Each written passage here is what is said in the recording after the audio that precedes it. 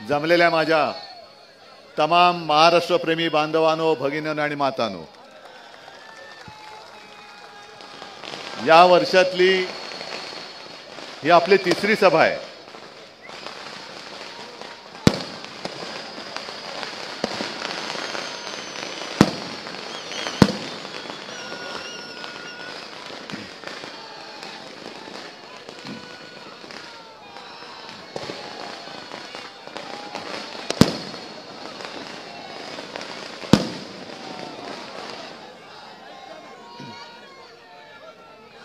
या वर्षातली आपली तिसरी सभा आहे आणि या तीन सभांपैकी नेमकी मोठी कोणती हेच कळत नाही. कारण तिन्ही सभा आपल्या मैदान ओसंडून वाहणाऱ्या ठरलेल्या आहेत. हे तुमचं प्रेम जे आहे, हा विश्वास जो आहे, या विश्वासाला आणि या प्रेमाला मी कधी तडा काय चरोटा सुद्धा जाऊ देणार नाही, हे माझं तुम्हाला वचन आहे. मी उगाच काहीतरी पोकळ आश्वासनं देणार नाही, कारण मी जे करता येणं शक्य असेल तेच बोलतो आणि जे मी बोलतो ते मी करून दाखवतो. मी म्हणजे काही देवेंद्र फडणवीस नाही. नाशिक दत्तक घेणार होते, बरोबर ना? नाशिक दत्तक घेणार होते. नाशिकला सोडलं वाऱ्यावर आणि गद्दारानं डोक्यावरती घेतलं. म्हणून मी अशाही काही भाकड आश्वासनं देत नाही. उगाच काहीतरी मी आणखीन काहीतरी करून दाखवीन नाही. साध्या साध्या ज्या गोष्टी आहेत पण तुमच्यासाठी ज्या आवश्यक आहेत त्या मात्र मी नक्की करून दाखवल्याशिवाय राहणार नाही, हे माझं तुम्हाला वचन आहे. रोज 4-4, 5-5 सभा होत आहेत. आत्ताची आपली 5वी सभा आहे माझी. उद्या पण असंच करणार आहे. नाशिकमध्ये एक चांगली गोष्ट मला दिसली, तशी संपूर्ण महाराष्ट्रात दिसते, की शिवसेनेसोबत महाविकास आघाडी म्हणून जे जे पक्ष लोकसभेला एकत्र आले होते ते सर्वच्या सर्व पूर्ण ताकदीने आज देखील एकत्र आहेत. काँग्रेस तर आहेच, राष्ट्रवादी आहे, पण खास करून मी उल्लेख करेन आपल्या कराड साहेबांचा, कम्युनिस्ट. आणि कॉम्रेड साहेब, खरं त्यांची इच्छा होती निवडणूक लढवण्याची, पण निवडणूक लढवणार मी म्हटलं की कराड साहेब कृपा करा जरा की यावेळेला तुम्ही सोबत राहा. तुम्हाला विधिमंडळात नेण्याची जबाबदारी माझी. आणि त्याप्रमाणे त्यांनी एक क्षण पण लावला नाही. तत्काळ सांगितलं, उद्धवजी आमचा तुमच्यावरती विश्वास आहे, आम्ही पूर्ण ताकदीने महाविकास आघाडीचं सरकार आणण्यासाठी कटिबद्ध आहोत. आणि म्हणून कराड साहेब, मी जो तुम्हाला शब्द दिलाय तो सगळ्यांच्या साक्षीने दिलेला आहे. आणि तुम्ही माझी परीक्षा घ्या. नाशिक संपूर्ण जिंकून द्या, महाविकास आघाडीचं सरकार आणा, आणि मग मी ज्यांना ज्यांना शब्द दिलेत ते पाळतो की नाही ते तुम्ही पाहा. पहिल्या सभेची मला आठवण आहे, तेव्हा 23 जानेवारी होती आणि राम मंदिराचा सोहळा तिकडे चालला होता. मला आता या निवडणुकीच्या काळामध्ये अमित शहा जे येत आहेत, नरेंद्र मोदी येत आहेत आणि मला आव्हान देत आहेत. अमित शहाना काय झाले, उद्धव बाबू, म्हटलं बोलो अमित शेठ. मला सांगितलं अब तक राम मंदिर में क्यों नहीं गए. म्हटलं वो राम मंदिर गल रहा है, वो गलने का थांबाओ, वो जब थांबेगा तो मैं जाएगा. तुमची गळकी गॅरंटी, सडकी गॅरंटी, या गॅरंटीला आता महाराष्ट्रामध्ये थारा नाही. आता महाराष्ट्रात मोदी गॅरंटी चालत नाही, महाराष्ट्रात चालते ती शिवसेना प्रमुखांची ठाकरे गॅरंटी चालते. पण वेडी वाकडी म्हणजे ज्याचा या विधानसभेशी संबंध नाही असे सगळे विषय फेकायचे की तुम्ही गांगरून जायचं आणि त्यांना मतदान करून टाकायचं. मला वाटेल तर त्यांनी प्रश्न विचारू दे, मी त्याला उत्तर देईन, पण मी प्रश्न जे विचारेन त्याला मोदी आणि शहानी सुद्धा उत्तर देणं हे गरजेचं आहे. राम मंदिराचा विषय तुम्ही काढलात, ज्या वेळेला तुम्ही सगळा तो शो करत होतात, कोणी शंकराचार्य बरोबर नव्हते, तुम्हाला माहिती, मी बोललोय तेव्हा. पण मी त्याच वेळेला नाशिकच्या काळाराम मंदिरात गेलो होतो आणि हेच ते काळाराम मंदिर, ज्या मंदिरामध्ये आपल्याच हाडामासाच्या रक्ताच्या माणसांना प्रवेश बंदी होती, म्हणून डॉक्टर बाबासाहेब आंबेडकरांनी सत्याग्रह केला होता. मी तिथे गेलो होतो. आणि मग तुम्ही राम मंदिराचा विषय काढलाय, काळाराम मंदिराचा विषय मी काढलाय, म्हणून मी इथे मिंद्यांपासून वरती मोदींपर्यंत सगळ्यांना विचारतोय की तुम्हाला जे मध्ये मध्ये प्रेम उतू जातं, मध्येच डॉक्टर बाबासाहेब आंबेडकरांचं प्रेम त्यानं येतं. आता काल हिंदू हृदय सम्राट बाळासाहेबांचं प्रेम आलेलं आहे, पण बाबासाहेबांचं प्रेम मोदीजी तुमचं उतू जात असेल तर मग मी तुम्हाला एक प्रश्न विचारतो, जो तुमच्या मिंद्यांना आणि देवेंद्रना विचारा, की काही दिवसांपूर्वी, 1-2 महिन्यांपूर्वी महाराष्ट्र शासनाने अल्पसंख्याक आयोग जो स्थापन केला, त्या आयोगामध्ये साधारणतः अल्पसंख्य म्हणून जे जे समाज येतात त्यांचा प्रतिनिधी त्याच्यात घ्यावा लागतो. मग सगळे असतील, जैन आहेत, बौद्ध आहेत, ख्रिश्चन असतील, पारसी असतील, मुस्लिम आहेत. मग तुम्ही यादी काढा आणि त्या यादीमध्ये एक सुद्धा माझ्या डॉक्टर बाबासाहेब आंबेडकरांनी जो धर्म स्वीकारला, बौद्ध समाज, त्याचा एक सुद्धा प्रतिनिधी आयोगात का घेतला नाही याचं उत्तर द्या आणि मग तुम्ही आम्हाला बाबासाहेबांच्या प्रेमाबद्दल शिकवा. एक सुद्धा नाहीये. मग कशाला हे थोतांड करताय? काल तिकडे शिवाजी पार्कला आले, ही बघा ना गर्दी माझी, ही मी नेहमी सांगतो, ही माझी वडिलोपार्जित संपत्ती आहे.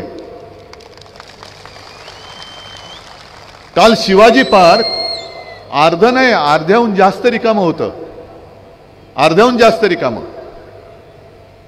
त्याच्या आधी कुठे गेले होते देव जाणे, कुठे कुठे फिरतायत आणि खुर्च्यांशी संवाद साधून जात आहेत पुढे.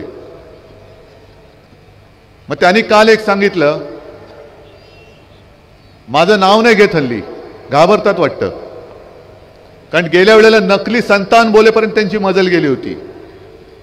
शिवसेनेला म्हणजे सर्व तुम्ही इथे जे जमलायत त्यांना नकली सेना बोलेपर्यंत त्यांची मजल गेली होती. मग महाराष्ट्राने जो लोकसभेत कचका दाखवला तेव्हापासून जरा शत्रुघ्न सिन्हाचा जो डायलॉग आहे ना, जबान को लगाम दो, तसं हल्ली माझं नाव नाही घेत. मग त्यांनी सांगितलं की शहजादा म्हणजे कोण, राहुल गांधी यांच्या तोंडून बाळासाहेबांचं कौतुक करून दाखवा.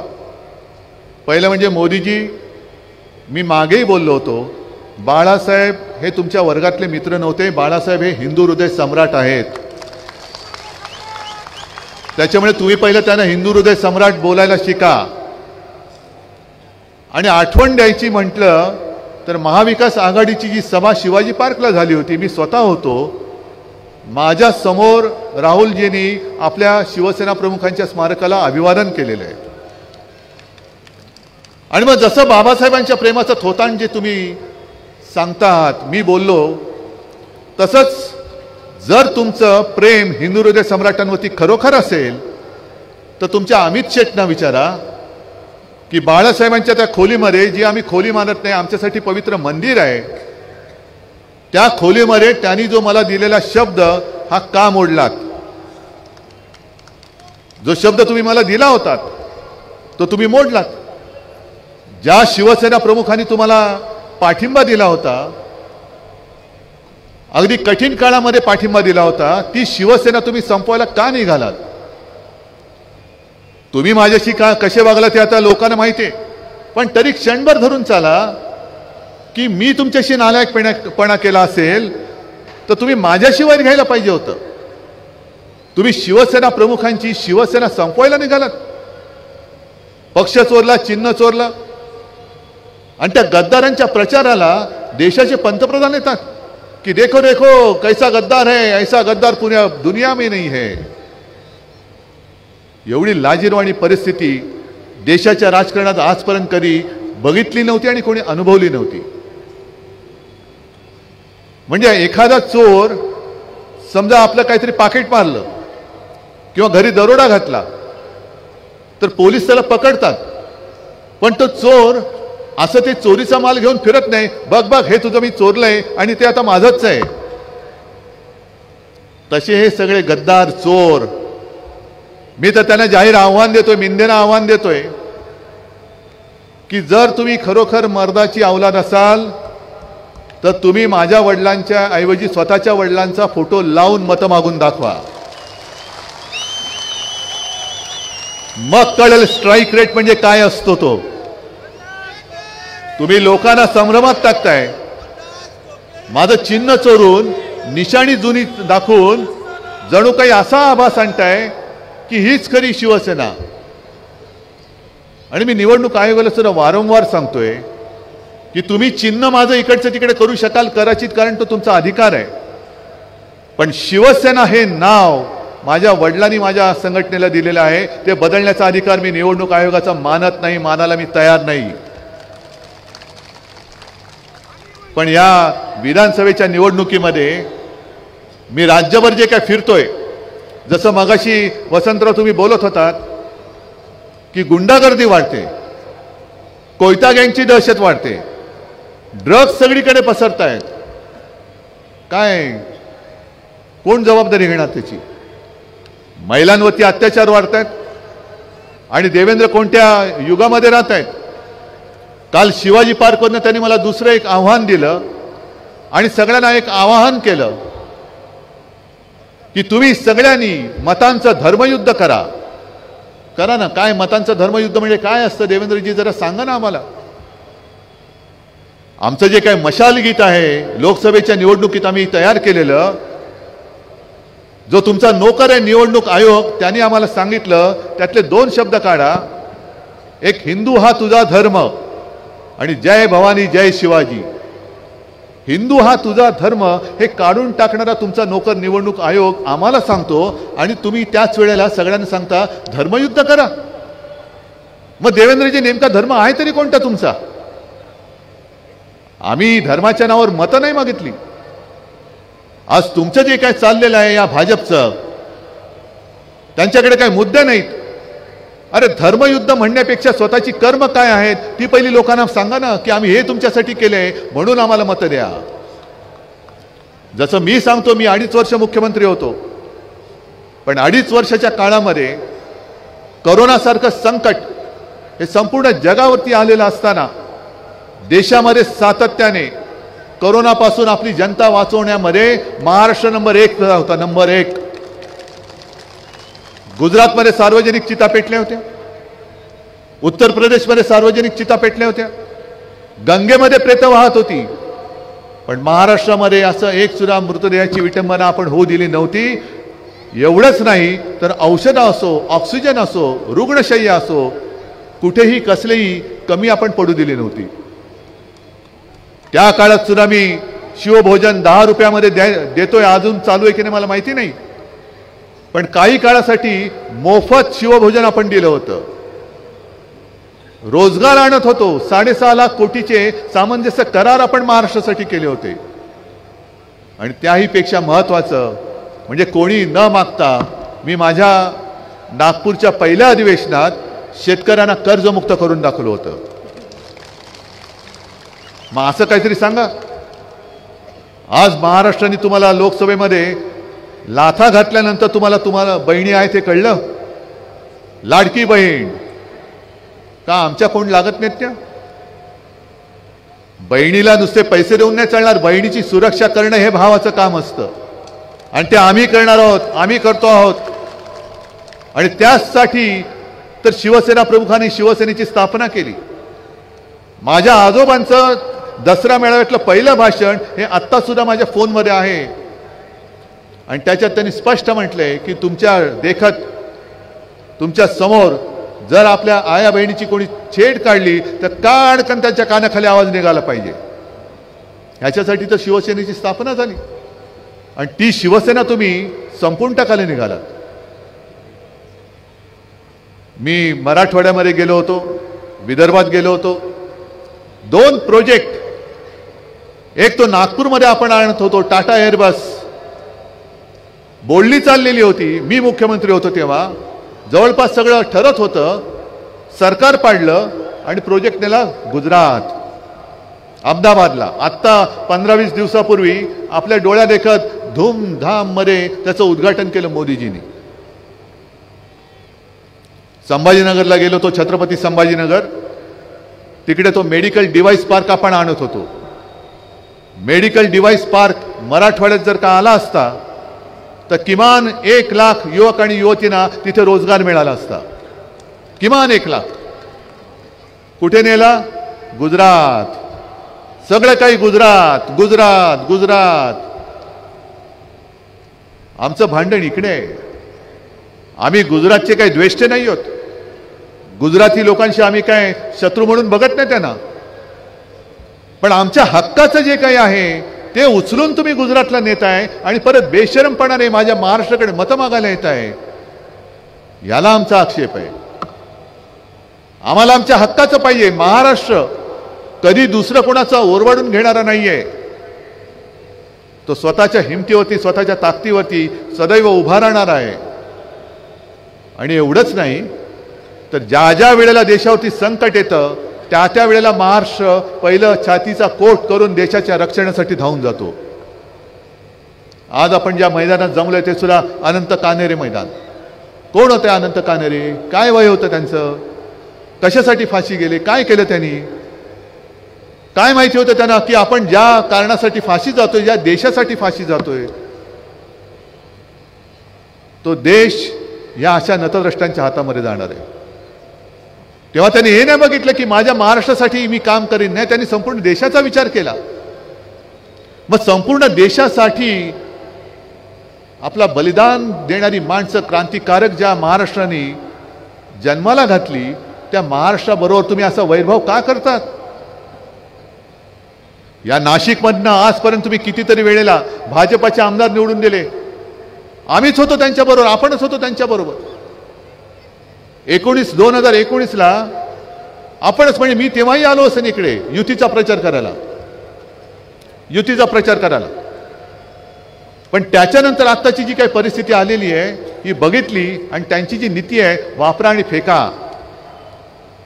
मी इथे आलेले, तुम्ही तर आपल्या महाविकास आघाडीचे आणि शिवसेनेचे कट्टर शिवसैनिक आहातच. तुम्ही या आपल्या सगळ्या उमेदवारांना निवडून देणारच.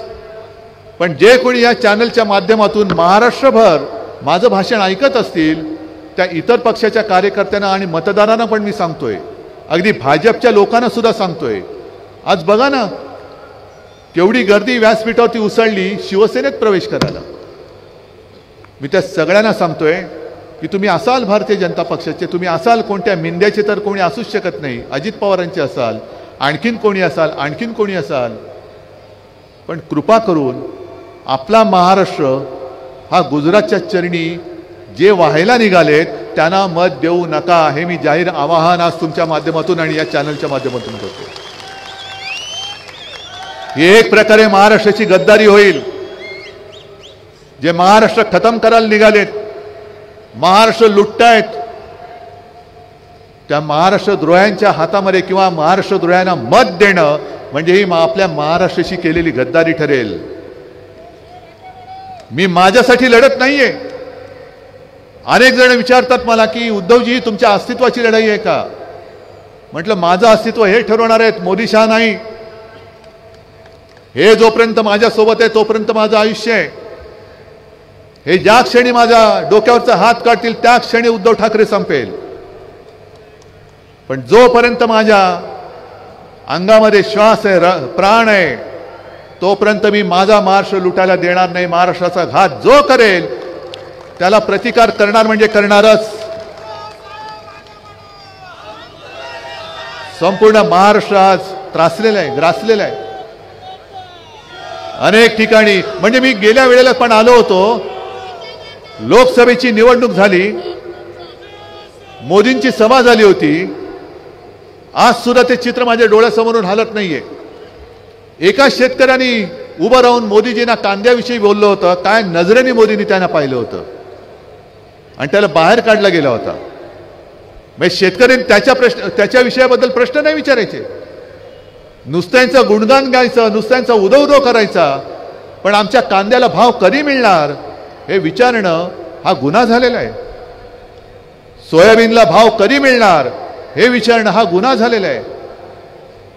कापसाची खरेदी, कापसाला भाव कधी मिळणार, बेकारांना रोजगार कसा मिळणार हे नाही विचारायचं. हे विचारलं तर तुम्हाला आत टाकू, तडीपार करू. जसं तुम्ही माझ्या कार्यकर्त्यांना तडीपार करता आहात, खोट्या केसेस टाकता आहात, आमच्या बडगुजरला तुम्ही त्रास देताय, त्यांच्या मुलाला तुम्ही छळता आहात, सगळी माझ्या शिवसैनिकाची कुटुंब, कशाला माझ्या कुटुंबाला बदनाम करता आहात. आम्ही माणुसकी पाळणारी लोक आहोत, आम्ही शंड नाही आहोत. जर आम्ही तुमच्याशी सुडाने वागायचं ठरवलं तर तुमच्या 10 पटीने आम्ही तुम्हाला संपवण्यासाठी पावले टाकू शकतो. आणि आज पण मी सांगतोय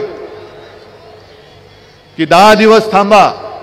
तुम्ही सगळे मिळून जर तुम्ही सरकार दिलत ना, तर यांच्यावरती जसं आमच्यावरती नसलेल्या केसेस टाकतायत तशा यांची पापं खोदून काढून यांना तुरुंगात टाकून दाखवल्याशिवाय राहणार नाही. आणि मी पोलिसांना सुद्धा सांगतोय की तुम्ही भाजप आणि मिंद्याचे नोकर नाहीत, तुम्ही जनतेचे नोकर किंवा सेवक आहात. तुम्ही तुमच्या वर्दीचा अपमान होईल असं वागू नका. सरकार येत असतं, सरकार जात असतं.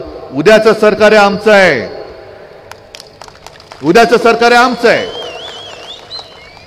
त्याच्यामुळे त्यांची मस्ती, ती मस्ती उतरवायला हा जनसमुदाय हा तत्पर आहे, तो उतरवेल त्यांची मस्ती. पण नंतर तुम्हाला आमच्या सरकारमध्ये काम करावं लागणार आहे. आज सुद्धा काही ठिकाणी काही झकाझकी झाली, मारामारी झाली. ऐन मतदानाच्या दिवशी सुद्धा होण्याची शक्यता आहे. कारण माझ्या कानावर जे आलंय ते म्हणजे असं आहे की मतदानाच्या दिवशी जिथून शिवसेनेचे मतदार उतरणार आहेत तिकडचं मतदान स्लो करा, तिथे मतदान जास्त होऊ देऊ नका, अशा सूचना आतापासून जायला लागलेल्या आहेत. पण याद राखा, असं जर का आडकाठी करण्याचा प्रयत्न केला मग निवडणूक राहील बाजूला. आणि भाजपला मी आव्हान देतोय, हिम्मत असेल तर पोलीस बाजूला ठेवा आणि समोरासमोर येऊन लढा. आमची दोन्हीची तयारी आहे. निवडणूक लढायचे, निपक्षपातीपणाने लढा. तुमचा ईव्हीएमचा घोटाळा त्याच्यात करू नका, आमच्या मतदारांना अडवू नका. आणि मग निपक्षपातीपणाने निवडणूक झाल्यानंतर जो जनता कौल देईल तो आम्हाला मान्य आहे. जर जनतेने आम्हाला सांगितलं घरी बसा, आम्ही घरी बसायला तयार आहोत. आणि तुम्हाला सांगितलं घरी बसा, तुम्हाला घरी बसावं लागेल. आणि मैदानात लढायचं असेल तर शिवसेना प्रमुखांचे शिवसैनिक हे आज सुद्धा तयार आहेत. पण तुम्ही तुमचं मग ED, income tax, CBI, police हे मध्ये आणू नका. त्यांना कॉमेंट्रेटर म्हणून तिकडे बाहेर ठेवा आणि करा या मैदानामध्ये. बघतो तुम्हाला. आमच्या लोकांना धाक दाखवताय, आमच्या लोकांना पैसे देऊन फोडताय. पण जे जे गद्दार म्हणून तिकडे गेलेले आहेत त्या गद्दारांना सांगतोय, अरे गद्दारांनो तुम्ही गेलात, आमच्यावरती उपकार केले. कारण आता अनेक नवीन तरुण हे तुमची जागा घेऊन तयार झालेले आहेत लढाईला. आणि मी बऱ्याच वेळेला जे बोलतो की झाडावरची जुनी सडलेली पानं ही झडलीच पाहिजेत. ती झडल्यानंतर पुन्हा नवीन कोंब उगवतात. तसं आज माझ्या शिवसेनेला ठिकठिकाणी कानाकोपऱ्यात नवीन कोंब उगवलेले आहेत. जुनी पानं सडून गेलेत, जी सडलेत ती झडून गेलेत. आणि झडलेली पानं ही जर का आम्ही पुन्हा चिकटवत बसलो तर मग ते झाड कधीच बहरणार नाही. हे बघा ना कसं बहरून आले. हे खरं शिवसेनेचं काम आहे. हे शिवसेना प्रमुखांची पुण्याई माझ्या मागे उभी आहे. मोदीजी तुमच्या लक्षात नाही येणार. काल ते जे बोलले की शिवसेनेचा रिमोट कंट्रोल काँग्रेसच्या हातात दिलेला आहे. अहो तुम्हाला तो रिमोट कंट्रोल हातात घ्यायचा होता आणि 25-30 वर्ष आम्ही तुमच्या सोबत होतो, आमचा रिमोट कंट्रोल तुमच्या हातात नाही गेला तर मी काय तो काँग्रेसच्या हातामध्ये द्यायला काय वेडा आहे की काय? काँग्रेस आणि आम्ही सोबत जरूर आहोत, जसं तुम्ही आम्ही होतो. उद्धव ठाकरेने म्हणे शिवसेनेची काँग्रेस केली, अरे भाजपा नाही होऊ दिली तर मी काँग्रेस कशी काय होऊ देणार? पण यांनी गद्दारी करून सरकार का पाडलं? कारण यांना महाराष्ट्र लुटायचा आहे. हो, मी स्पष्ट बोलतो, हा आरोप नाही, ही सत्य परिस्थिती आहे. कारण जर का तुम्ही बघितलं, बऱ्याच सभेमध्ये मी बोललेलो आहे, जर विधिमंडळाकडे आपण पाहिलं, महाराष्ट्र शासन म्हणून पाहिलं, तो जो गद्दार डोक्यावरती तुम्ही बसवलात मुख्यमंत्री म्हणून, तो ओरिजिनल शिवसेना पक्षाचा. दोन्ही सभागृहाचे अध्यक्ष आणि सभापती जे आहेत हे सुद्धा माझ्या शिवसेनेचे. दोन्ही सभागृहाचे विरोधी पक्ष नेते आहेत. एक विजय वडेट्टीवार, हा सुद्धा पूर्वाश्रमीचा शिवसैनिक, आणि अंबादास दानवे तर आत्ताचा शिवसैनिक. अर्ध्याहून अधिक मंत्री हे शिवसेनेचे आहेत. मग तुम्हाला सगळे शिवसेनेचं तिकडे चालतंय, पण उद्धव ठाकरे चालत नाही. कारण उद्धव बाळासाहेब ठाकरे तुम्हाला महाराष्ट्र लुटू देत नव्हता आणि देणार नाही हे तुम्हाला माहिती होतं. म्हणूनच तुम्ही तुमचे बूट चाटणारे गद्दार तुमच्याकडे घेतले आणि महाराष्ट्र लुटायचा कार्यक्रम चालू ठेवलाय. आपण जे काय करतो आहोत, मी कालच्या संभाजीनगरच्या सभेत सुद्धा सांगितलं की स्वतः शिवसेना प्रमुखांना शाळेची फी भरायला पैसे नव्हते म्हणून 7वी मध्ये शिक्षण सोडायला लागलेलं. माझ्या आजोबांना म्हणजे प्रबोधनकारांना सुद्धा साधारणतः 6वी 7वी मध्येच शिक्षण सोडायला लागलेलं, कारण पैसेच नव्हते घरामध्ये. आता सुद्धा अनेक शेतकरी असे आहेत, अनेक गोरगरीब असे आहेत की त्यांना मुलांना शिकवायचंय, मुलांना शिकायचंय. वयोमानाप्रमाणे आता ते शिकू शकत नाहीत, पण त्यांच्या मुलांना त्यांना शिकवायचंय. पण एक तर शेतकऱ्याच्या डोक्यावरती कर्ज आहे, घर चालण्याची पंचायत आहे, घरी घर खर्चाला पैसे येत नाहीत, मग मुलांना शिकवायचं कसं? आणि म्हणून जे मी ठरवलेलं की आपलं सरकार आल्यानंतर जसं मुलींना मोफत शिक्षण दिलं जातंय, तसं माझ्या महाराष्ट्रात जन्मलेल्या प्रत्येक मुलाला मी मोफत शिक्षण दिल्याशिवाय राहणार नाही. मग नाव कशाला घ्यायचं? महात्मा फुलेंचं नाव घ्यायचं कशाला?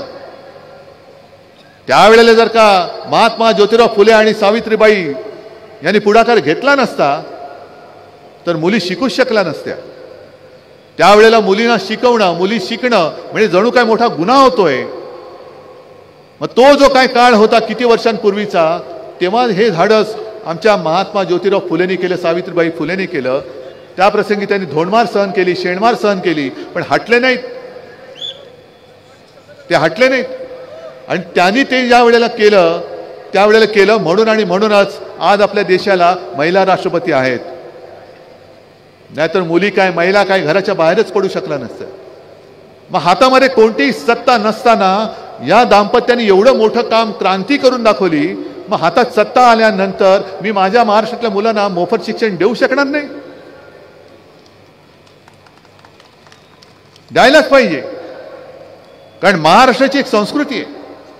कोणतंही क्षेत्र जर का बघितलं चांगलं तर महाराष्ट्र कोणत्याही क्षेत्रामध्ये पाठी नाहीये. मग ते क्रांतिकारकांचं क्षेत्र घ्या, सगळ्यात जास्त क्रांतिकारक हे महाराष्ट्राने दिलेत, साधू संत महाराष्ट्राने दिलेत, समाज सुधारक महाराष्ट्राने दिलेत, कुठलंही घ्या. पण आज जो महाराष्ट्र आहे, हा महाराष्ट्र हा सगळा गुंड, दरोडेखोर, भ्रष्टाचारी, हे सगळे नशेबाज याच्यामध्ये पुढे चाललेलं आहे. भ्रष्टाचारात पुढे चाललं आहे, अंमली पदार्थात पुढे चाललेलं आहे. ही ओळख आपली महाराष्ट्राची ही आपल्याला मंजूर आहे? हे नाशिक म्हणजे कुसुमाग्रजांचं गाव.